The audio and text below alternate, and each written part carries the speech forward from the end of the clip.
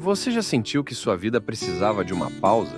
Que seu coração busca por respostas, mas não sabe por onde começar? Caminho da Fé, Descobertas na Estrada da Alma. Não é apenas um livro, é uma jornada, uma história real de superação, fé e transformação que vai inspirar você a dar o próximo passo na sua vida. Descubra como desafios podem se transformar em lições e como cada momento pode ser uma oportunidade para se reconectar com o que realmente importa. Este livro é para quem busca mais do que histórias. Busca propósito, busca inspiração, busca a si mesmo. Disponível em e-book e na versão livro físico.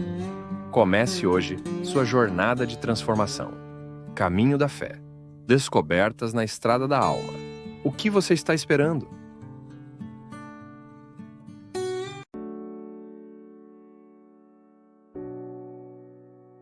Eu acho interessante, Ziza, porque a própria vida está sendo a minha doma. É sempre a dona vida, que me amansa, né? A própria vida faz o movimento de nos amansar. Quando você vai percebendo que... Sofrimento é providência, né, Fabinho? Demais, demais. Quando você começa a viver a dinâmica do tempo. Quando você permite... Você que está assistindo a gente, está ouvindo essa conversa, né? Eu espero que você esteja se incluindo, porque tudo isso fala da sua vida também. Quando nós vivemos a dinâmica do tempo, quando nós compreendemos o tempo que temos, a gente naturalmente vai ficando mais dócil. A gente vai ficando mais dócil. Eu acho que tem um movimento de aceitação na alma, quando a maturidade vai chegando, que não é uma aceitação que é sujeição diante das coisas que eu não posso mudar, mas é uma aceitação, é como se eu fizesse as pazes com as minhas circunstâncias. Eu me alio à minha circunstância de alguma maneira que eu aceito e eu entendo que na aceitação está uma sujeição ao que é divino, sagrado, maior, único na minha vida. Isso me ajuda tanto, porque muitas pessoas, por exemplo, me perguntam como que eu consigo fazer tantas coisas ao mesmo tempo. Eu sempre penso, eu não brigo com todas elas. Você não fica... Eu acho que tem um quê de sermos pacificados com o tempo, né? Com o passar do tempo. E a gente deixa de ter expectativas que nos provoquem discussão com as coisas da vida, né? Com as pessoas, com as circunstâncias, com a realidade, comigo, com o meu corpo, com o meu biotipo. Acho que o tempo vai me ensinando a viver uma paz real, concreta, integradora, e é a porta da minha felicidade real, é onde eu estou em paz, assim, eu não preciso de nada. É aquela história da frase do Martim, né, Valverde? Rico é aquele que precisa de muito pouco para ser feliz, porque é uma pessoa integrada, rica de sentido, né? É uma coisa que... Aí você entende o espírito pobre dos santos, aí você entende o voto de pobreza, aí você entende um São Francisco, uma Santa Clara, os santos que a gente admira. Como que a pessoa viveu isso? Mas acho que foi um processo de maturação da alma e que precisou de podas. Imagina, Francisco, para ser líder de tantos, ele era filho do trovão também. Uma Teresa d'Ávila, uma mulher forte. E o bonito que Francisco compreendeu a pobreza com uma leveza que não é comum a gente encontrar, né? Eu já vivi o voto da pobreza e já convivi com pessoas que tinham o voto de pobreza e que eram extremamente amargas. Pesadas. Por serem e nada pobres. Não, justamente, porque não tem nada no seu nome. A pobreza é uma relação, não tem uma conta né? bancária, não tem, mas tem um amargor na alma que a empobrece da pior forma. A pobreza material é só uma consequência, né? Porque se eu vivo a pobreza material, eu tenho que naturalmente buscar a riqueza do espírito, que é a riqueza da convivência, o tornar-me uma pessoa leve e agradável. Né? Esse é o sentido. E você não tem muita coisa materialmente, mas você tem um conjunto de riqueza espiritual interior que supre tudo isso, inclusive lhe fazendo ser muito querido por aqueles que têm oportunidades diferentes das nossas. Eu me lembro quantas vezes eu encontrei pessoas que não eram ricas e que viviam melhor que as pessoas ricas. Tamanho o conjunto de oportunidades, porque elas eram leves, elas eram agradáveis e todo mundo queria ter por perto. Sim. Tá, não tem dinheiro, mas ela é tão agradável, vamos levá-la com a gente paga para ela. Quantas vezes na minha vida eu vi isso? Por causa de uma leveza interior, sem nenhum rancor com a pobreza, aquela pessoa parecia ser muito rica. Sim. Era muito mais rica do que rica, aquela. Né? E é rica mesmo, uma pessoa assim, Não né? parece, né? É sim. É aquela sensação de ter tudo o que tem e o que é em si o tempo todo. Levemente, simplesmente, né? Eu quero tanto ser assim. Deus me ajude. Pois é. Deus me ajude. Só pedir, continuar pedindo que ele seja o guardião, né? E a gente ficar atento àquilo que ele guarda, né?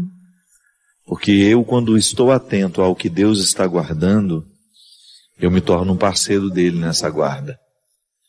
Eu gosto muito daquela expressão que você usa, acho que é de Santa Teresa, né? De baixar a porta do castelo. Sim.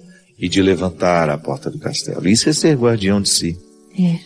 É você ter a exata percepção daquilo que precisa ser continuado, daquilo que precisa ser aberto, mas daquilo que também precisa ser terminado e fechado. Fechado, protegido, esperado, silenciado. A gente tem direito, né? Porque às vezes a gente é educado na igreja de que o cristão ele tem que dizer sim e amém para tudo. Não, o cristão forte mesmo, ele diz não. Você lembra que no auge do meu sofrimento, dessa crise que eu tenho enfrentado, você me ligou oferecendo ajuda e eu honestamente disse: Ziza, eu estou num momento que ainda estou com a porta levantada. Não estou para receber visita ainda. Isso é bom. É bom você ter a consciência do que você é capaz. E você não se violentar. E também não ser obrigado a dizer sim, ser livre para dizer não, né? Não, dizer não significa que eu não amo. Justamente. Né? Ter esse espírito livre, amado. Lamber as feridas, né? Eu acho bonitinho, eu tenho lá as minhas crianças e eu fico vendo como elas se lambem para curar. É um processo de cuidado um com o outro. Processo. E no momento, a metáfora do lamber as feridas, ela é muito sugestiva, porque é como se eu estivesse retirando todo o processo infeccioso. Dando-se tempo. Dando tempo. Cuidado. Purgando literalmente aquilo que está excessivo em mim, aquilo que está me inflamando, aquilo que está trovejando dentro de mim e que tantas vezes me torna uma pessoa insuportável aos outros. Porque uma das preocupações que eu tenho em de viver com muita responsabilidade a minha conversão é que eu não quero ser insuportável aos outros. Eu acho tão ruim quando me deparo com uma pessoa insuportável, com uma pessoa difícil, que a primeira coisa que me ocorre é: gente, eu não quero ser assim. Já é um bom começo, meu pai. Já é um bom começo, não é? Já é um bom começo. A gente, na viagem, a gente veio falando, né, às vezes de pessoas que erram na mão, do tanto que se expõem, da maneira como se expõem. É um sinalizador para a gente. Eu não quero ser assim também. Eu quero ter o ponto de equilíbrio, eu quero saber até onde me é justo chegar, até onde é de direito ir. E é ouvir-se, né? Ouvir-se corajosamente, assim. Esses dias eu estava com o Agostinho Agostinho Busato, lá em Curitiba, e ele dizia: ouça seu coração com coragem. Ele é sábio, mas você precisa ouvir. Precisa ouvir. Com coragem e comprometimento com você mesma. Que nesse compromisso é a terra fértil para um compromisso com Deus verdadeiro, né? E acho que a gente só se cuida se a gente se ouve. É isso mesmo. Tem que se ouvir. Padre Fábio, por que Moisés fez tanto obedecendo a Deus e não recebeu a terra prometida? Foi falta de misericórdia de Deus? Não. Porque talvez seja o destino de todo profeta mesmo, né? Morrer sem ver a consequência da missão, né? Nem sempre a gente vai ver o que a gente plantou. Nem sempre a gente tem a oportunidade. Às vezes Deus nos dá até uma colher de chá, né? Como se diz lá em Minas, né? A gente vê um ou outro resultado daquilo que a gente faz, e é bonito, a gente se sente até motivado. Mas no contexto dos grandes profetas, eles não viam quase nada. Moisés recebeu aquela missão de libertar o povo do Egito, e ele ele passou por todo aquele processo de fazer o povo permanecer na esperança, mas não chegou lá. O povo chegou, mas Moisés não. Com isso Deus nos mostra muita coisa interessante, né? Porque na verdade o papel do profeta é manter a chama da esperança. Gente, é muito interessante quando você percebe que a pessoa vai perdendo a esperança. É muito interessante a gente ver as consequências desastrosas que a falta de esperança tem na vida da pessoa. Ali no contexto de Moisés, ele precisa fazer o povo andar, ele precisa fazer o povo chegar. E é a sua palavra, é o seu testemunho, é ele estando à frente o tempo todo. E você tem ali, se você pega a Sagrada Escritura, você vai ver tudo o que isso significou na vida de Moisés, todas as dificuldades que ele enfrentou. Quando o povo começou a construir as suas idolatrias e ele precisou reorientar o povo na fé, quando ele exerceu o seu papel sacerdotal no meio do povo, né? E em cada tempo daquele processo de passagem, ele precisava ser para o povo que o povo precisava que ele fosse. Ele exercia o papel de ser essa presença que não deixava morrer a esperança. Hoje eu fico vendo, depois de milhões e milhões de anos, né, em que nós estamos vivendo esta mesma travessia, porque a Terra Prometida, ela é uma metáfora muito bonita de tudo aquilo que a gente espera na vida. Para o povo de Israel, essa Terra Prometida era uma localização geográfica, porque eles não tinham lugar. Um povo que não tem lugar é um povo que não tem identidade. É como se o inimigo, alguém viesse e tomasse a sua cidade e ela deixasse de ser sua. Você fosse expulso da sua casa, expulso da sua terra e levado para ser escravo num outro lugar, numa outra cidade. Foi justamente isso que aconteceu com o povo. O povo precisava da terra. A terra é que daria a identidade a esse povo. Tudo bem, é uma geografia, é um lugar a ser chegado. Mas o interessante é a gente pensar que a Terra Prometida se desdobra e depois ela deixa de ser apenas uma localização geográfica. Buscar a Terra Prometida, hoje para nós, é buscar o lugar que Deus preparou para que eu seja. Digamos que eu estou em processo de êxodos, de travessias, para chegar a ser o Fábio que eu posso ser. Corro o risco de morrer sem ter sido. Então Moisés não chegou a pisar a Terra Prometida, mas você pode ter certeza que no sonho e na esperança, Moisés foi o primeiro a pisar naquela terra. Isso é o bonito. Não precisa da materialidade, não precisa do chão. Moisés já conhecia a Terra Prometida e foi por isso que ele se pôs a caminho, mas morreu antes de ver o lugar. Mas ele já tinha visto tanto nos seus sonhos, nas suas esperanças, que pisar no lugar já não era tão necessário mais. Porque na verdade, o processo de Deus em nós nem é tanto chegar, mas é como a gente chega. É igual quando a gente vai ver um filme, um romance, não é? Todo mundo já sabe como termina, não é? O mocinho sempre vai ficar com a mocinha e termina assim, bonito, todo mundo chorando no final. Porque o importante não é o que acontece, é como acontece. O mais importante não é chegar, mas é como eu chego. E cada vez mais eu descubro isso. Às vezes eu tenho num primeiro momento, eu tenho a ilusão de que o mais bonito é chegar no lugar para onde eu estou viajando. Mas se de repente eu começo a abrir os olhos, eu vou perceber que a viagem, ela é tão encantadora, ou às vezes até mais encantadora do que chegar. Se tivesse um jeito de chegar sem ter que ir, não é? Quando eu estou cansado demais e eu tenho que viajar muitas vezes, eu falo, meu Deus, se tivesse um jeito de chegar sem eu ter que ir. Mas muitas vezes o ter que ir é melhor do que eu chegar. E na promessa da Terra Prometida, o bonito de tudo não é chegar até a Terra Prometida, mas é o que Deus vai fazendo dentro do nosso coração à medida em que a gente sonha com a Terra Prometida. O desejo sobrevive da ausência, porque na hora que você tem aquilo que você desejou, cessou, não é assim? É igual a roupa que é bonita na vitrine, mas na hora que você veste ela não é tão bonita assim como estava na vitrine, é porque já é sua. E é engraçado porque a experiência de Deus na nossa vida, ela funciona assim. Eu me lembro que uma vez eu escrevi um texto contando de um carrinho que eu tinha vontade de ter. O Pegasus, né? Um carrinho lindo que ficava na vitrine. E que eu sempre tinha vontade de ter aquele carrinho para mim. Só que eu era pobre. E o Pegasus era um carrinho caro demais para um filho de pedreiro. Então eu ficava na vitrine sonhando, imaginando como seria o ronco daquele carro. Ele era de controle remoto. Como seria brincar com aquele carro. E eu nunca tive. Mas o que eu compreendo desse desejo de criança? Eu ficava na vitrine e era justamente por não conseguir ter aquele carrinho que eu o achava tão encantador. E ainda no texto que eu escrevi lá do meu primeiro livro, Tempos, Saudades e Esquecimentos, aí eu dizia que olhar um carrinho na vitrine para uma criança é como uma experiência religiosa.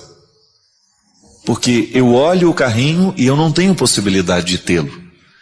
E Deus, nós o amamos assim, sem poder possuí-lo. O dia que a gente tiver a pretensão de possuir a Deus, Ele deixa de exercer o seu poder sobre nós. Porque o seu fascínio consiste justamente em nunca se deixar aprisionar por nós. Deus é imanência, mas Ele é também transcendência. Eu olho para Ele e o admiro, como São Paulo diz. A gente vê agora como que em partes. Mas a gente só vai ver essa totalidade na eternidade. E a esperança da terra prometida está totalmente, tudo isso que nós estamos falando, está diretamente ligado à terra prometida, de nós nos colocamos a caminho para chegar a um lugar que a gente não chega nunca. Por quê? Este lugar não é para ser chegado, este lugar é para motivar a vida. E ele muda de figura. Essa terra prometida vai ganhando novas faces. Ninguém fica procurando a mesma terra prometida a vida inteira. O sonho de Deus na nossa vida, Ele modifica, Ele vai ganhando novas faces. E é bonito que seja assim, porque é por isso que a gente não para.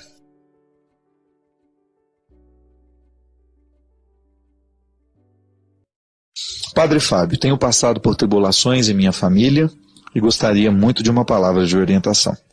Meus pais ambos estão com quase 80 anos e mais de 40 anos de casamento. Estão vivendo agora uma crise conjugal. Ela o agride verbalmente com ofensas e acusações.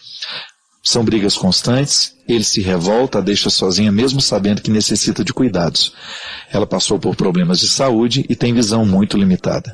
E às vezes fala até em suicídio. Eu não interfiro na vida deles, mas minha mãe sempre me cobra que eu preciso dar um jeito nele, que eu tenho que mudar o pensamento dele e que tenho que falar com ele. Padre Fábio, como devo agir? Como não tenho experiência de matrimônio, o que tenho tentado falar para eles é que precisam saber envelhecer juntos, até porque os defeitos de cada um, as diferenças, existiram desde o início do casamento. Mas quando digo algo, minha mãe entende que estou a favor de meu pai e vice-versa. Obrigado, que Deus abençoe. Minha filha, realmente é muito difícil. Imagina, um casal de quase 80 anos enfrentando crises conjugais, né? É muito complicado, porque a velhice é o tempo em que a gente precisa ter uma tranquilidade para se despedir bem da vida, não é? Acho que envelhecer é você tomar essa consciência. Eu estou me despedindo do tempo, eu estou me despedindo da vida, eu estou me despedindo da experiência de ser quem eu sou aqui, materialmente, como eu posso ser. A partir do momento que eu começo a criar conflitos e deixar que as dificuldades me assolem, eu me despeço mal da vida. Agora, é provável, minha filha, que a crise conjugal seja um processo que vem vindo de longe, né? Não é possível que as diferenças tenham surgido agora. O problema é que, às vezes, na velhice, os nossos defeitos ficam muito acentuados. Eu sempre gosto de dizer, olha, aos 10 anos é fácil mudar. Aos 20 fica um pouquinho mais difícil. Aos 30 a dificuldade aumenta um pouquinho mais. Aos 40 é quase que impossível. Então a gente tem que tomar muito cuidado para a gente não cristalizar os nossos defeitos. A psicologia chama isso de cristalização, né? O que é? Virou um cristal e agora fica difícil quebrar. É por isso que, se você hoje tem a oportunidade de superar os seus defeitos, não perca tempo. Está mais maleável, está mais fácil de lidar, você tem mais disposição para as mudanças, porque depois, à medida que o tempo vai passando, nós vamos ficando mais casca dura, não é verdade? Então o tempo da mudança é o tempo da juventude. Não estou dizendo que velhos não podem ser modificados, podem, mas é muito mais sofrido, é muito mais difícil. E aí, os nossos defeitos que não foram cuidados na juventude tendem a se tornar uma bomba pronta para ser explodida na nossa velhice. Então, como é que a gente pode lidar com os defeitos que ficaram cristalizados? Tomando consciência deles. E a melhor maneira, Fátima, de interferir na vida conjugal dos nossos pais é de maneira muito amorosa, propondo uma conversa. E, às vezes, com um tratamento de choque mesmo, olhando nos olhos e falando: olha, vocês querem se despedir da vida desse jeito, né? Querem terminar a vida brigando, né? Será que não está na hora de começar também a propor um pouco uma atividade lúdica? Porque às vezes a velhice, gente, falta isso. Falta atividade lúdica, isso é, falta entretenimento. Fazer uma atividade física, né? Ter a oportunidade de jogar fora um pouco essas energias que vão ficando acumuladas. A pessoa, aos 80 anos de idade, ela tem necessidade de canalizar essas energias que muitas vezes estão acumuladas. Eu me recordo, hoje a gente quase não tem mais, né? Mas lá em Formiga, onde eu nasci, né? Eu me lembro que lá tinha o Clube de Mães. O que era o Clube de Mães? Um centro onde lá eles recolhiam tecidos velhos, retalhos que vinham de fábricas. E lá as mulheres passavam, às vezes, 2, 3 horas da tarde, né? Eu me lembro que minha mãe participava do Clube de Mães. Elas ali aprendiam bordado, elas se ocupavam de trabalhos artesanais. E lá elas tinham a oportunidade de fazerem um pouco a purificação, né? Jogar fora, porque o trabalho manual, ele faz muito bem para a nossa cabeça. E é por isso que envelhece melhor aquele que tem um hábito, aquele que sabe fazer um tricô, que ocupa o coração e a cabeça, que não fica com espaço vago, né? Por isso que palavras cruzadas fazem muito bem para as pessoas mais idosas, porque elas vão ocupar o tempo que está brigando, não, está lá fazendo a palavrinha cruzada de vez em quando, né?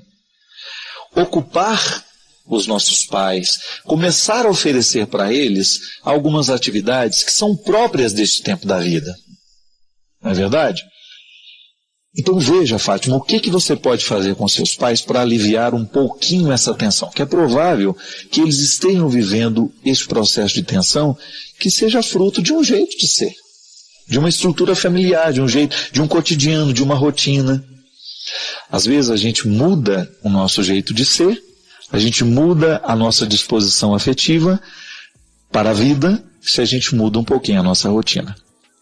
Mudar a rotina para melhor. Incluir na rotina alguma coisa que alivie o peso da vida. Porque nós ficamos muitas vezes pesados demais, nós temos uma rotina muito enfadonha. E a rotina não precisa ser ruim não, viu?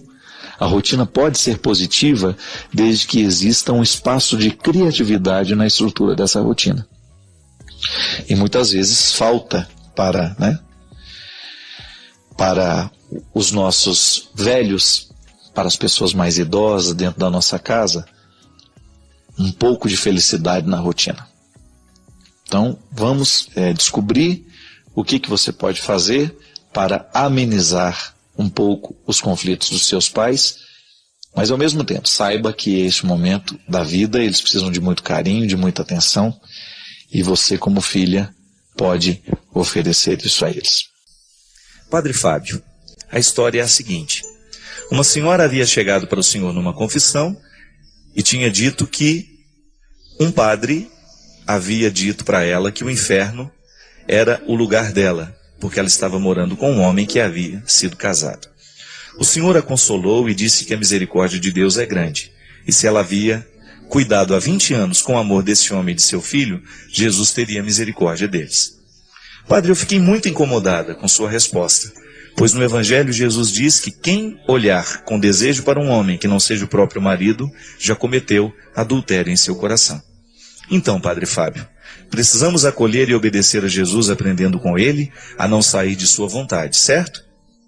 Por isso fiquei preocupada, pois sei que o senhor é um padre que sabe falar coisas tão lindas. Mas o que Jesus diz no Evangelho? Ele mesmo não vai nos dizer que o que ama, quem ama, vai obedecer suas palavras? Por favor, padre, eu não quero julgar. Deus me livre de tal pecado, porque sei que sou também pecadora. E tenho muitas dúvidas, mas também não quero ser omissa. pois não compreendi a sua resposta para essa senhora. Grande abraço e que Jesus lhe proteja. Bom, minha filha, não é nenhum problema você ter essa dúvida, mesmo porque eu vou lhe garantir uma coisa já de início. Dá muito mais trabalho compreender a misericórdia do que compreender a condenação. A condenação, minha gente, é um dos discursos mais simples que nós podemos fazer na vida. Jesus falou de, olha, com desejo, peca, torna-se adúltero, disse. Mas você não pode negar que o contexto dessa palavra precisa ser analisado. Nós não podemos pegar uma palavra bíblica e separá-la das outras. Você não tem o direito de pegar uma passagem em que Jesus diz alguma coisa sem considerar o todo. Dentro da Sagrada Escritura, a gente chama isso de hermenêutica, que é a ciência da interpretação. Nós não podemos interpretar o texto fora do contexto. Essa é uma regra bíblica. Porque senão, a Sagrada Escritura, ela justifica assassinatos hediondos, uma coisa horrorosa. A Bíblia, ela é cheia de histórias terríveis.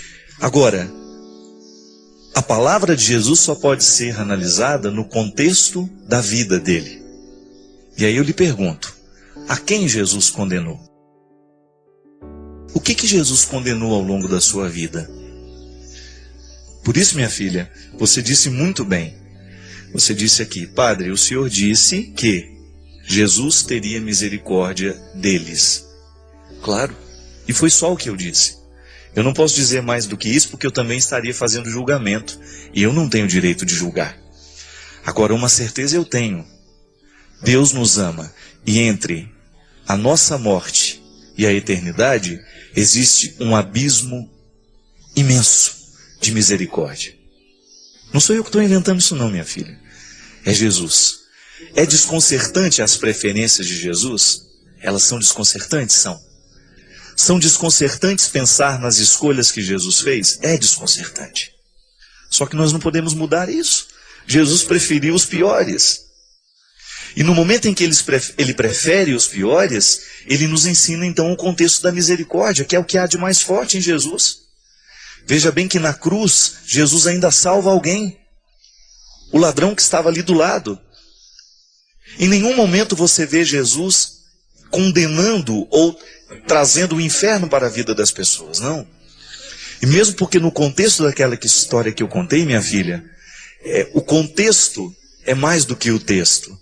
É muito simples você fazer o julgamento. Aquela mulher, ela é solteira, mas ela estava vivendo há 20 anos com um homem casado, certo? Esse é o texto.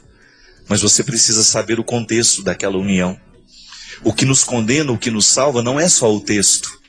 Mesmo porque se a gente achar que é só o texto que nos condena ou que nos salva, nós corremos o risco da hipocrisia, nós corremos o risco do equívoco. Não, é muito mais. Tá certo, a palavra de Deus, ela pode ser aplicada ali, depende do contexto.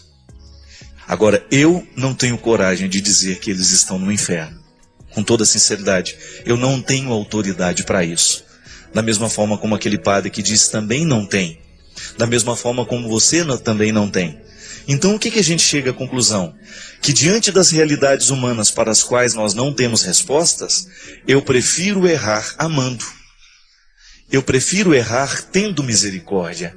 Eu prefiro errar acolhendo, a errar de outras formas. Essa é a minha opção, querida. Essa é a opção da igreja.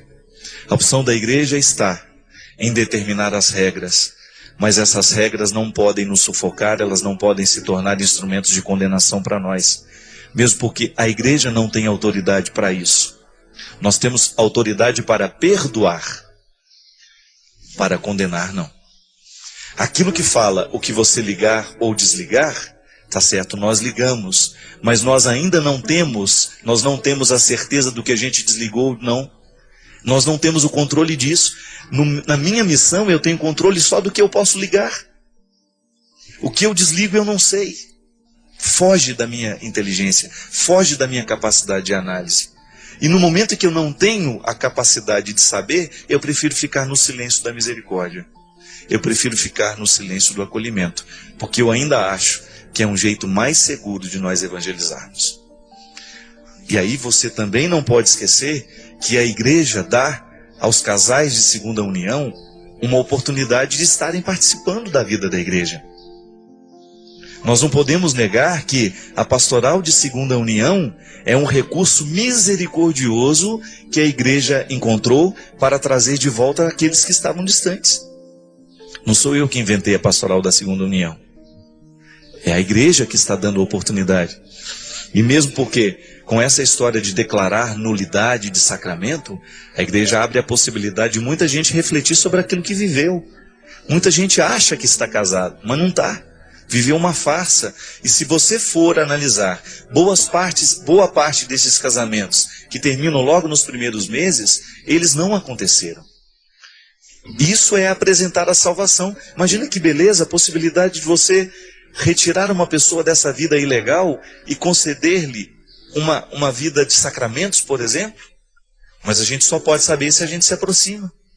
A gente só pode conhecer esse lado da misericórdia se a gente se aproxima dessas pessoas.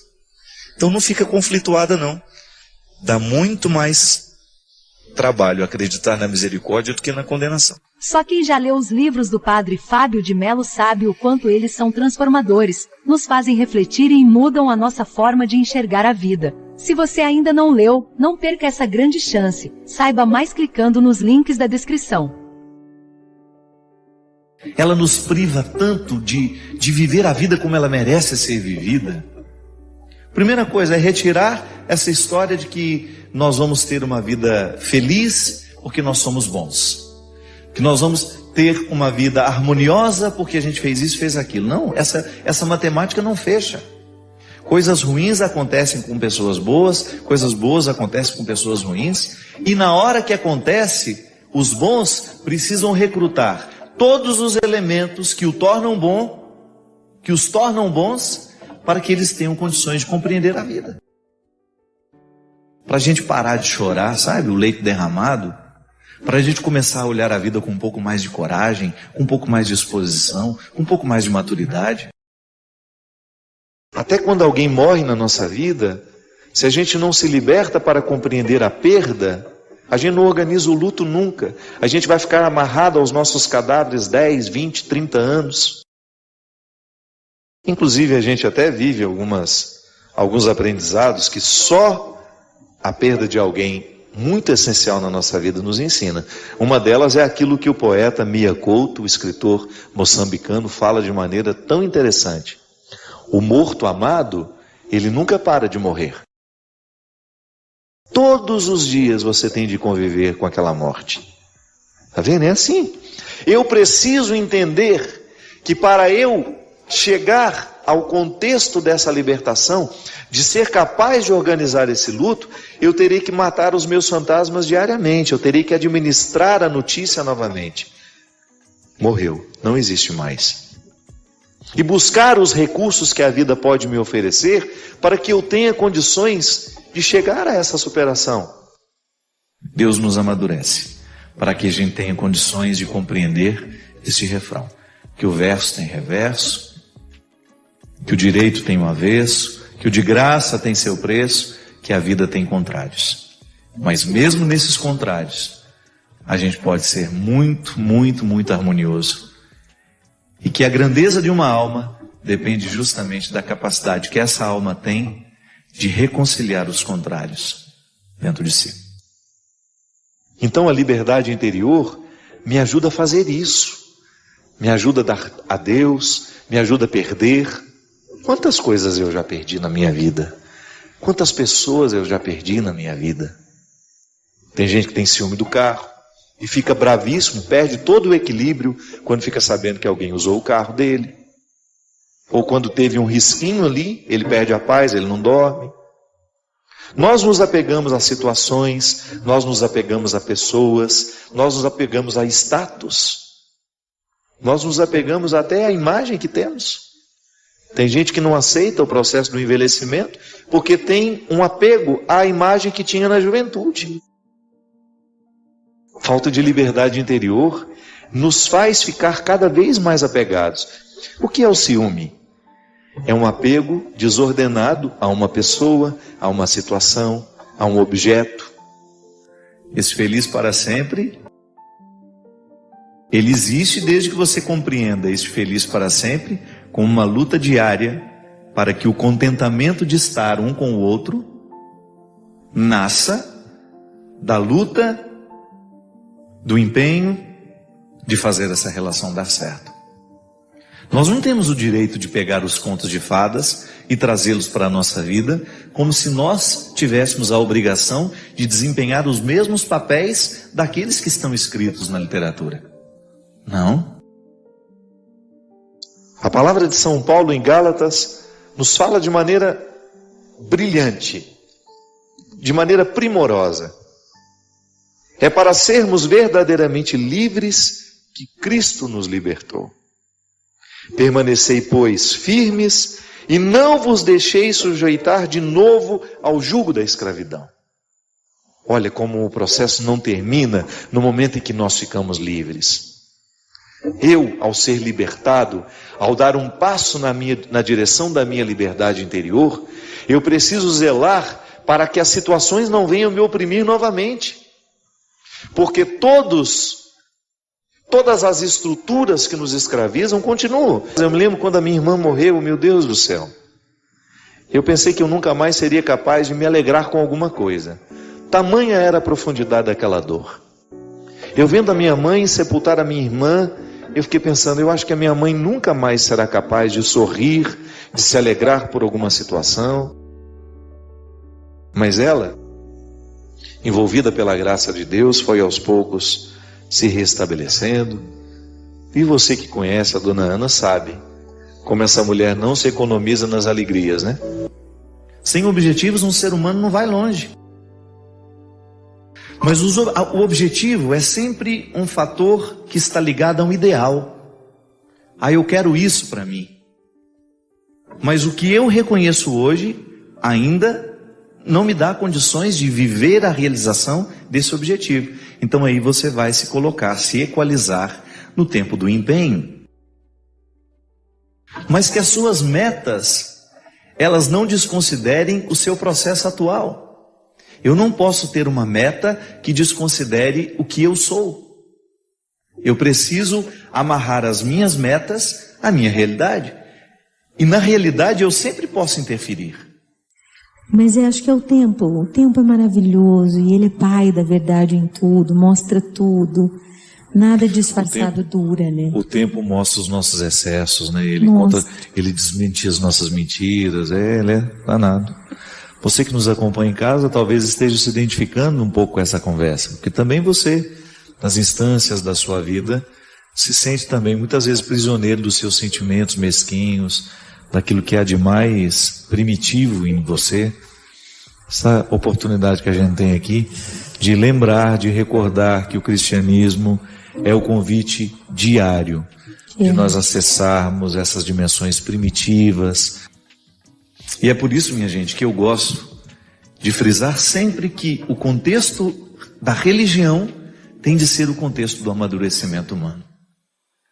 Nós não podemos dobrar os nossos joelhos no chão para rezar a Deus, esquecendo as nossas causas. Nós não temos o direito de viver uma mística que nos aliene, que nos impeça ou que nos prive de pensar as questões humanas. Nós não temos o direito de viver um relacionamento com Deus que não nos coloque na obrigação diária de olhar para aquilo que nós estamos vivendo, para aquilo que nós estamos escolhendo, para aquilo que nós estamos pensando. E dar uma limpada nesses excessos, né? A força do Evangelho, a libertação que ele provoca em nós, é justamente para que a gente tenha condições de superar as nossas mazelas, ir ao encontro dos que precisam de nós, estabelecer com eles comunhão, ainda que eles continuem diferentes de nós. Cada um assume a regra que escolheu para viver. E eu fico percebendo, Ziza, que às vezes nós ainda estamos tão distantes da proposta cristã, dessa fraternidade, justamente porque não somos livres. Você fraternidade falou tudo. Verdadeira, né? Às vezes a gente experimenta sentimentos tão mesquinhos diante do sucesso do outro, diante da beleza que o outro provoca, diante da arte que o outro... Dói, né? Que coisa estranha isso, né? É imaturidade, na verdade. Na verdade, acho que essa falta... Não adianta, para a gente se alegrar com o outro, A gente precisa estar livre e feliz com o que a gente está vivendo. Senão você fica invejando o jardim do vizinho, né? Inevitável. Inevitável. E se alegrar com o outro é bom, só porque é leve. Só acontece se for verdadeiro. E a gente dá na cara, né? Vê na cara. Mas se de vez em quando alguém não nos retira desse senso comum e nos apresenta uma maneira nova de interpretar a realidade, a gente corre o risco de ficar acorrentado nas mesquinharias, né, do senso comum. Pensar diferente, pensar alto. Não era a proposta de Jesus? Ele não mudava a cabeça de quem ele encontrava para melhor, né? Ele fazia com que aquelas pessoas saíssem de um contexto antigo de interpretação de si mesmo, do outro, do amigo, da política, da religião, e fazia com que aquela pessoa avançasse aqui pela cabeça. O coração só muda depois que a cabeça pensou diferente. E é tão importante, minha gente, você sentir que você não está estagnado. Nós vivemos num tempo de tantas escravidões, as escravidões do preconceito. Meu Deus do céu, às vezes nós assistimos a um debate político e as pessoas se atacam de maneira, meu Pai de misericórdia, e você fica pensando, você vê o desrespeito de um ser humano pelo outro, você vê o tempo todo, você assiste a um noticiário e você fica percebendo a crueldade sendo cada vez mais presente entre nós. Por quê? Porque falta uma mentalidade que nos liberte. Falta uma mentalidade que nos dê condições de olhar para o outro com um pouco mais de amor, de olhar para o outro que vive a sexualidade diferente de nós, que fez opções diferentes de nós, e a gente ser capaz de ter um respeito por aquela pessoa, de não tratá-la com descrédito, como se ela fosse um ser humano de segunda grandeza. Hoje é aquele momento em que Jesus diz que se você quiser vir, você terá que abrir mão dos seus contextos para descobrir o contexto dele. Você traga você, e a partir do momento que você se apresenta a ele, ele vai fazer uma grande obra na sua vida.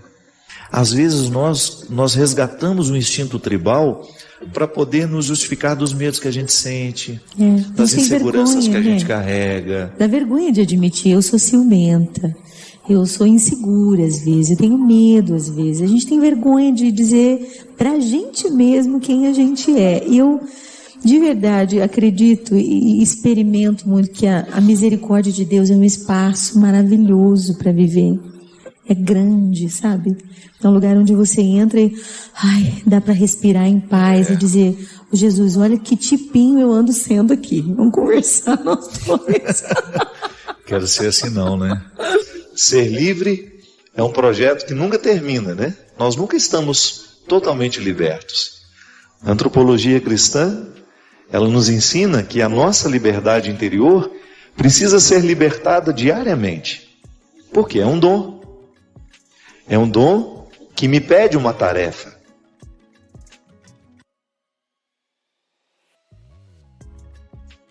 Padre Fábio, o medo às vezes é falta de fé. A gente precisa distinguir bem, né? Porque há medos que são positivos, né? O medo é uma reação nossa, é uma reação humana. E não é só nossa, né? Os bichos também têm medo. Que está diretamente associado à proteção. Quando eu sinto que a minha vida está sendo atentada, eu tenho medo. Então eu me resguardo. Não é assim? Se você está exposto a uma situação de risco, a gente precisa ter medo. É natural que a gente tenha medo. É bom que a gente tenha medo. O que a gente não pode é fazer com que o medo que ele seja determinante demais e que a gente pare de viver por causa dele. Todo mundo tem medo. A gente tem medo de ficar sozinho, a gente tem medo de ser abandonado, a gente tem medo de ser traído, a gente tem medo de perder o emprego, a gente tem medo que não vai dar certo. Tudo isso é experiência que passa por nós. Quando a gente começa a administrar também isso, você começa a criar esperança. O único jeito que você tem de minimizar o poder do medo é você alimentar essa esperança que faz a gente ir para frente. Então, se eu tenho medo e se eu vivo numa cidade insegura, eu crio o meu esquema de proteção. Mas eu não deixo de viver por causa desse medo. A fé, ela diz muito mais respeito a um jeito de ser, porque a fé é uma atitude, né? Ela não é um... Como é que eu poderia dizer isso? Toda vez que nós falamos de uma pessoa de fé, nós estamos falando de atitudes que aquela pessoa tem que demonstram aquilo que é a fé. A fé é quando você não tem todos os dados claros, escritos. A fé é justamente isso. Eu não tenho todas as informações, eu não tenho certeza absoluta, mas eu confio. E quando eu dava aula na faculdade, eu tratava muito a fé como intuição. O que é a intuição? É quando você olha para uma determinada realidade, não é? E você pensa assim, vai dar certo. Aí alguém pergunta para você, mas por que você acha que vai dar certo? Não sei. Estou achando que vai dar certo. Isso é uma intuição. A fé, eu acredito que seja uma intuição ainda mais elaborada, sabe por quê? Porque ela é nos dada por Deus. Como é que Deus nos dá a fé? Toda vez que nós acreditamos. Toda vez que nós nos colocamos na vida em atitude de fé, isto aumenta dentro de nós. É aquele otimismo bonito que você percebe na pessoa. Você sabe que a pessoa tem dificuldades, você sabe que a pessoa tem 1000 problemas, ela teria 1001 razões para desistir, mas ela permanece de pé. Por isso que Nossa Senhora, Maria, é colocada como a mulher da fé. Ela tinha 1000 motivos para desanimar. Imagina você estar no Calvário, vendo a crucifixão do seu filho, lembrar de todos os projetos que ele tinha, de tudo aquilo que ele prometia, a instauração do reino, e nada daquilo estava acontecendo, muito pelo contrário, era a plena humilhação que ela estava presenciando, seu filho. Mas ela acreditou, Maria foi a mulher que acreditou, e em muitos momentos da sua vida, ela nos demonstrou o significado da fé. Ela fazia, ela agia, ela não era uma mulher que ficava esperando as coisas acontecerem. Ela teve medo? Claro que ela teve medo, mas a fé foi maior do que os seus medos. Então, neste aspecto, a fé nos ajuda a lidar com os medos. É o cultivo de uma esperança operante, isto é, eu não fico negligenciando, é igual aquela coisa, eu confio na proteção de Deus, então eu ando pela estrada a 180 por hora. Não, isso não é honesto, isso não é justo com a proteção que eu estou pedindo a Deus. Como é que eu vou rezar, pedir a Deus que me proteja, se eu não faço a minha parte do milagre? Então aí, todos os que estão comigo dentro do carro vão ter medo mesmo. Aí eu, de maneira imbecil, falo, eu tenho fé em Deus, Deus me protege. Não, isso é uma imbecilidade. Ter fé é você perceber que foi se instalando dentro de você uma atitude de bom senso. A pessoa tem bom senso. Se você quiser reconhecer uma pessoa de fé, basta perceber isso. Ela tem bom senso para fazer a análise das coisas?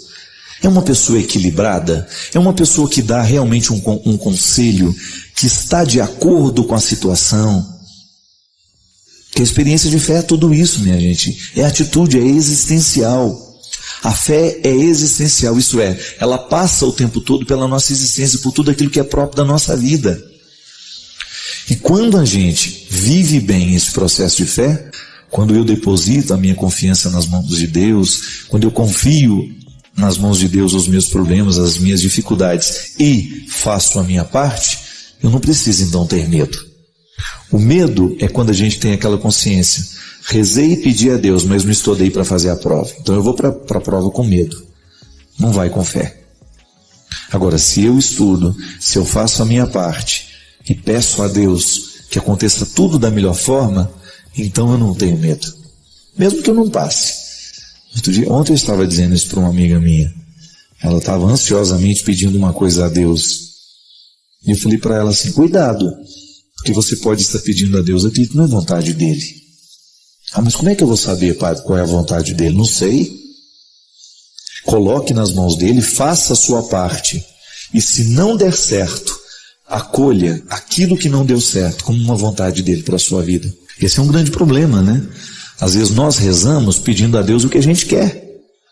Mas nem sempre o que a gente quer é o melhor para nós. Se você oferecer comida a uma criança e mostrar para ela que tem bolo de chocolate e tem uma salada de verdes, é claro que ela quer o bolo de chocolate. É muito mais agradável. Agora eu pergunto, O que é melhor para essa criança? O bolo de chocolate ou a salada verde? Se você for escutar o que o seu filho pede, você vai dar o bolo de chocolate. Mas se você for atender de acordo com a necessidade dele, você vai dar a salada verde. E às vezes na nossa vida de oração acontece a mesma coisa. Nós ficamos insistentemente pedindo a Deus o bolo de chocolate. Mas Ele sabe que para a nossa vida o melhor é a salada verde. Faça o esforço para tudo acontecer. Mas se não der certo, descanse. Não fique amargurado porque não deu certo, não. Porque às vezes Deus está nos privando de muitas coisas. Às vezes Deus está segurando muitas coisas para que não aconteça ali. E justamente por causa disso não é o melhor para nós. Mas essa tranquilidade a gente precisa ter. Tem tantas pessoas que falam assim: eu vou casar para ser feliz. Quem vai casar para ser feliz nunca vai ser feliz. Ninguém casa para ser feliz, mas por ser feliz e por conhecer a pessoa certa, você vai casar. Mas a pessoa certa não significa que não vai ter desafio, a pessoa certa não significa que vocês terão problema, a pessoa certa significa que não terão contradições. Mas a pessoa certa é aquela que Deus sonhou para você. E se Deus sonhou para você, você com essa pessoa vai enfrentar tudo para serem juntos felizes. A gente terceiriza a nossa felicidade. Pare de terceirizar a tua felicidade. Pare de colocar nas costas do outro.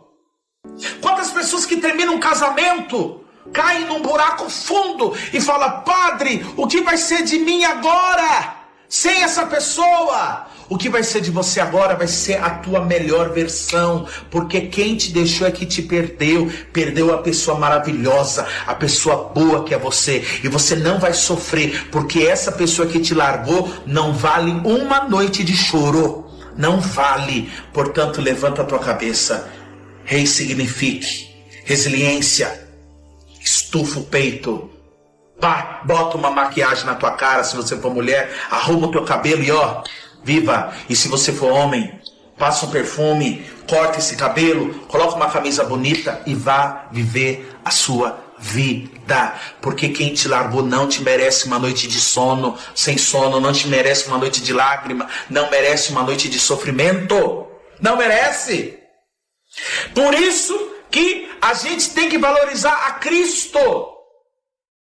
Valorizar o Senhor, valorizar Deus, que não nos troca, que não nos larga, que não nos trata como produto, mas nos trata como gente, como Deus. Porque eu sou padre. Claro que aqui, gente, é a minha vocação, não é a de vocês, é a minha vocação. Eu sou padre porque eu decidi dar toda a minha vida para Deus. Sem reservas, sem reservas. Eu sou feliz assim. Eu sou feliz assim. Em verdade eu te digo, quem não nascer de novo não poderá ver o reino de Deus. Escuta que eu vou te falar. Jesus, ele não está te propondo uma conversão somente. Jesus, ele não está te propondo uma mudança. Jesus está te propondo nascer de novo. O que é nascer de novo? É fazer tudo diferente, é ser diferente. Ai, padre, nada na minha vida dá certo. Sabe por que nada na tua vida dá certo? Desculpa eu te dizer, a culpa é tua. É tua, porque você só anda com pessoas tóxicas que te colocam para baixo. A culpa é tua porque você só frequenta lugares tóxicos. A culpa é tua porque você só soma as mesmas atitudes. Quem soma as mesmas atitudes alcança sempre os mesmos resultados. Por isso que o Senhor está te dizendo: necessário vos é nascer de novo. Nasça novamente. Nasça novamente. Ao ponto das pessoas que convivem contigo falar: fulano, eu não estou te reconhecendo. E você vai olhar para ela e falar: que bom, a meta é essa, é não me reconhecer. Porque eu não troquei de roupa, eu não mudei o corte de cabelo, eu nasci de novo. Eu nasci de novo, em ti, sou mais que vencedor. Eu nasci de novo, faz-me ver assim como sou, uma nova criação eu sou. Uma nova criação eu sou. É nascer de novo. Não é mudar a roupa. Nem do novo em roupa velha. Pare de remendar a tua vida. Um dia uma mulher me procurou, eu já devo ter falado isso para vocês. O marido dela traiu. Uma vez. Eu falei, perdoa.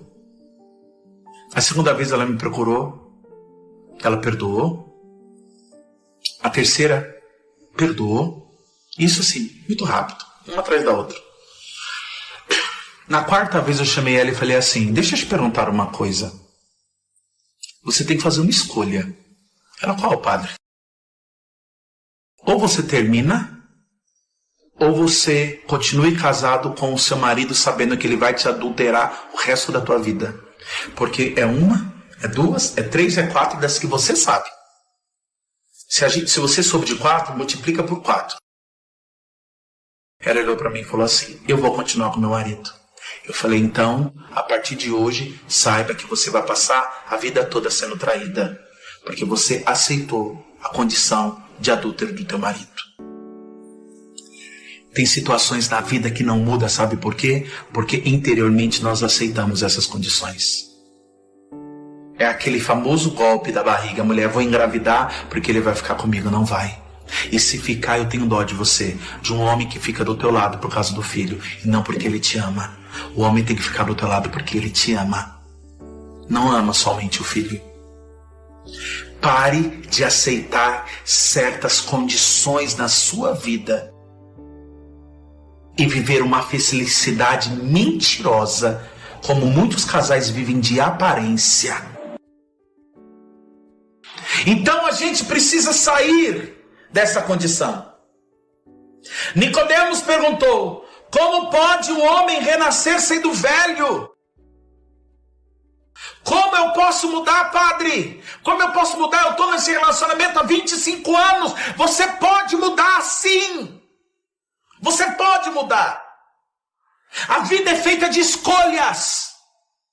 Vocês têm nas mãos as escolhas. Você pode escolher sim. A escolha é tua. O nosso medo, sabe qual é o nosso grande problema? É porque a gente é tão preguiçoso. A gente gosta da nossa zona de conforto. A gente é tão cômodo que a gente tem medo de recomeçar a vida. Recomece a tua vida e pare de viver uma falsa alegria, uma alegria mentirosa. Pare com isso. Pare. Abraão e Sara eram velhos quando moravam em Ur de Caldeus. Deus falou, larga tudo e vai para a felicidade que eu tenho para vocês. Eles idosos, eles largaram tudo e foram atrás da felicidade. E eles encontraram essa felicidade. Mas eu te digo, se você continuar sentado no teu sofazinho, com o teu celularzinho na mão, mexendo no Instagram, a vida toda, você não vai ser feliz. É preciso levantar. É preciso tomar uma atitude. É preciso tomar uma atitude. Saia da tua zona de conforto. Saia do teu comodismo. Saia. Saia. Saia do teu comodismo. Saia. Saia. Tire do papel os seus projetos. Você não é desenhista para ficar desenhando seus projetos no papel. Você tem que ser arquiteto, você tem que ser engenheiro, você tem que ser construtor. Coloca em prática os planos. Pare de desenhar, no papel é bonito. Coloque em prática. Coloque em prática. Coloque em prática. Coloque em prática. Porventura pode se tornar um homem velho, entrar de novo no seio da sua mãe? Jesus, ele diz para você, em verdade eu te digo, quem não renascer da água e do Espírito não poderá entrar no reino de Deus. A proposta de Jesus Cristo para mim e para você hoje é nascer novamente, é nascer da água e do Espírito, é sair dessas manias velhas, é sair dessas coisas. Saia, abandone, deixa, para com isso, saia. Quantas vezes também foi triste ser quem você é? Quantas vezes você teve dificuldade de morar em você? Foi penoso. E quem olhava de fora não imaginava quão desconfortável estava ficar ali em você. E porque estava desconfortável ficar em você, o que você fazia? Jogava pedra para todos os lados, chamava atenção. Que também assim acontece. Quando eu estou infeliz, às vezes eu tenho uma necessidade de ver as pessoas infelizes também. Eu lhe desafio a pensar, quando você já foi capaz de fazer isso? Porque eu já fiz isso. Não tenho nenhum receio de admitir aqui para vocês que, em alguns momentos, o meu sofrimento foi tão grande que eu queria que todo mundo que estivesse ao redor sofresse também. Sabe por quê? O sofrimento, quando não é vivido na perspectiva da santidade, ele nos torna cruéis. Mas o sofrimento, quando vivido na perspectiva da santidade, ele nos torna solidários e fraternos. Imagine uma situação muito simples, só para você entender o que eu estou dizendo, entender um pouquinho melhor. Digamos que o voo que você iria embarcar agora, ou o ônibus que iria sair agora, deu problema só com a sua passagem. Você olha para o lado e você sai perguntando, o seu está certo? Deu problema com o seu? Reconheça, tudo o que a gente quer é encontrar alguém que esteja vivendo o mesmo problema que a gente. Porque é uma forma que a gente tem de despejar aquilo que não está cabendo dentro de nós. É uma forma de pensar, não é só comigo. Sim, às vezes, quando eu estou infeliz, eu não moro bem dentro de mim e eu me torno um péssimo vizinho para as pessoas. Estou falando dessa casa aqui, minha gente. Eu não estou falando da casa de paredes que eu tenho, que você tem e que agora nós estamos cada um nela.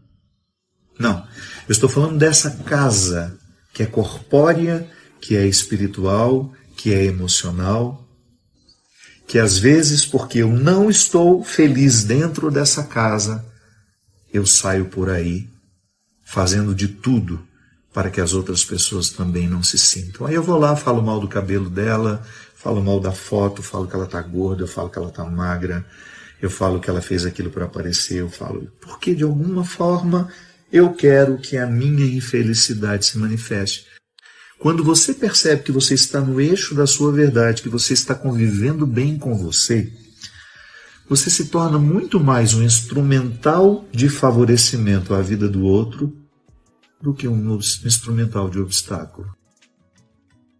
Quando eu estou feliz e bem acomodado no corpo que eu tenho, no corpo que eu sou, na vida que eu escolhi viver, eu fico mais fácil para as pessoas, eu fico uma pessoa mais simbólica, menos diabólica, mais atenta àquilo que eu posso melhorar do mundo afora. É tão bonito isso, minha gente, quando nós descobrimos que o fato de você viver bem em você lhe faz querer promover isso também em quem passar na sua vida. Isso é vida de santidade. É quando você descobre que você não é perfeito, que você não é perfeita, mas que você é convidada a buscar os recursos da sua humanidade para que você tenha condições de ajudar quem passar pela sua vida. Com uma palavra que você diz, às vezes, ou com um silêncio que você permite. Em muitos momentos, nós precisamos oferecer ao outro o que a gente tem de melhor. É aquele momento de esforço que você pensa, essa pessoa está passando pela minha vida agora, eu quero que ela receba o melhor de mim. Eu vou dar um exemplo para vocês. Eu precisei fazer um procedimento. Vocês sabem que eu enfrento esse problema no ouvido. Eu tenho uma doença chamada síndrome de Meniere, doença de Meniere. E existe uma possibilidade de fazer uma aplicação de corticoide no ouvido, intratimpânica, e precisa ir para um centro cirúrgico, aquela confusão toda. E eu fui lá, fui para o hospital para fazer, e de repente não tinha aprovação do meu plano ainda, e eu tinha pressa, que eu tinha que vir embora para Taubaté, que eu tinha uma live. E de repente eu me vi ali, já na sala de espera para ir para o centro cirúrgico, sem a possibilidade de ir, com toda aquela possibilidade de se desfazer tudo que eu esperava que iria acontecer. E aí estava diante de mim uma menina que entrou dentro. E sabe quando você vê que a pessoa te admira? Ela falou assim: ai, Padre Fábio, que emoção, que satisfação de ver o senhor de pé.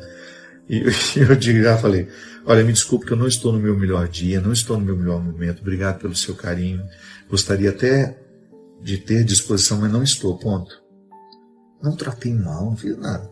Aí depois veio a menina lá de fora, que estava tentando melhorar a situação para mim, eu falei a mesma coisa para ela: vou embora, não posso esperar, não sei o quê.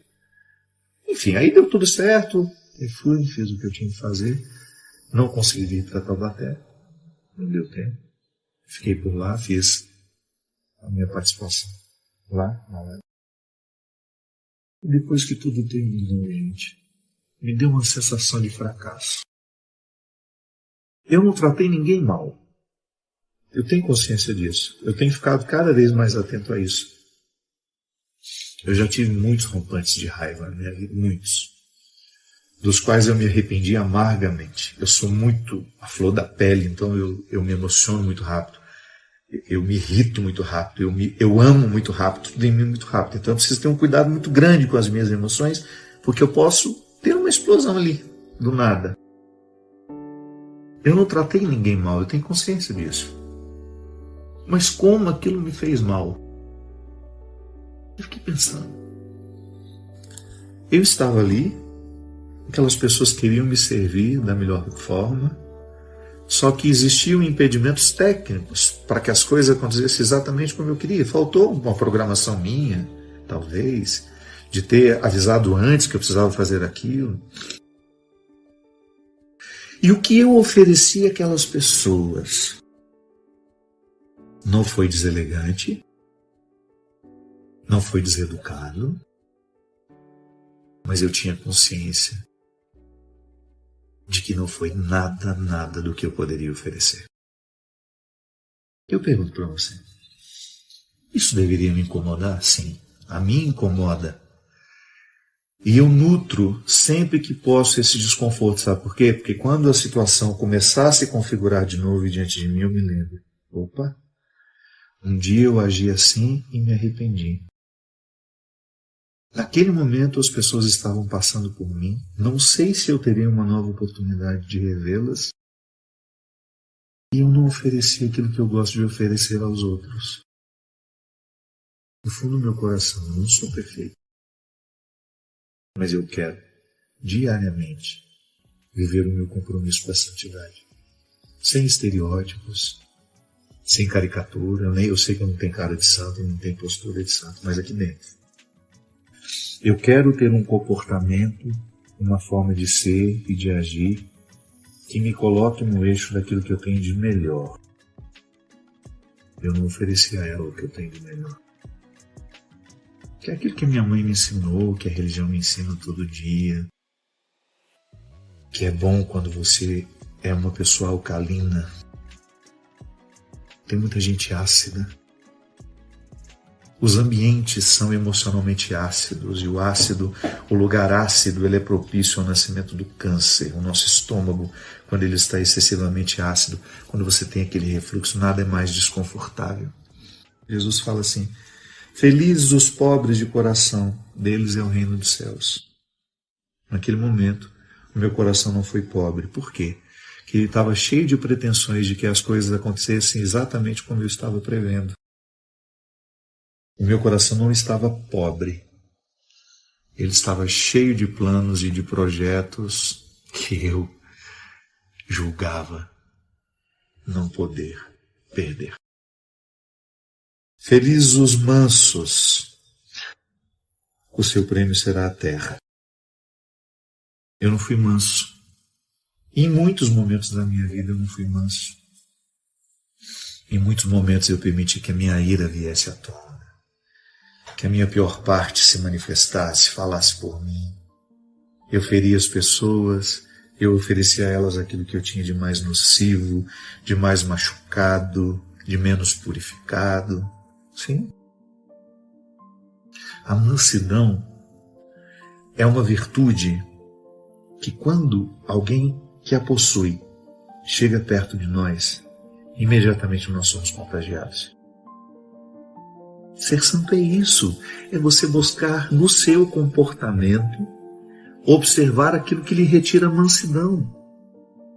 Porque em algum momento começa, em algum momento a ira vai tomando conta, você percebe que você vai sendo dominado pelo sentimento, que vai se avolumando, e se você vai nutrindo, e é por isso que é muito importante a gente ter do lado as pessoas que vão nos alcalinizando. Aqui dentro dessa casa, a intimidade ela é construída com muita verdade. Então toda vez que alguém está percebendo que o meu pior está vindo para fora, vem cá e alcaliniza. A mesma coisa eu. Quando eu percebo que o pior das pessoas está sendo estimulado, eu vou lá com a minha presença e tento amenizar. Isso para mim é santidade. Isso é viver uma família. Isso é viver em santidade familiar. Nós não somos perfeitos, mas a gente busca. Toda vez que a mansidão está fazendo as malas para ir embora, a gente, opa, vem cá. Lamentavelmente, naquele momento do hospital, eu estava sozinho. E ali eu reconheci como que para ser uma pessoa melhor você precisa estar bem acompanhado. Obrigado por se juntar a nós nesta jornada. Queremos ouvir suas reflexões. Deixe seus comentários, inscreva-se para mais conteúdo e convide amigos a embarcarem nesta jornada conosco.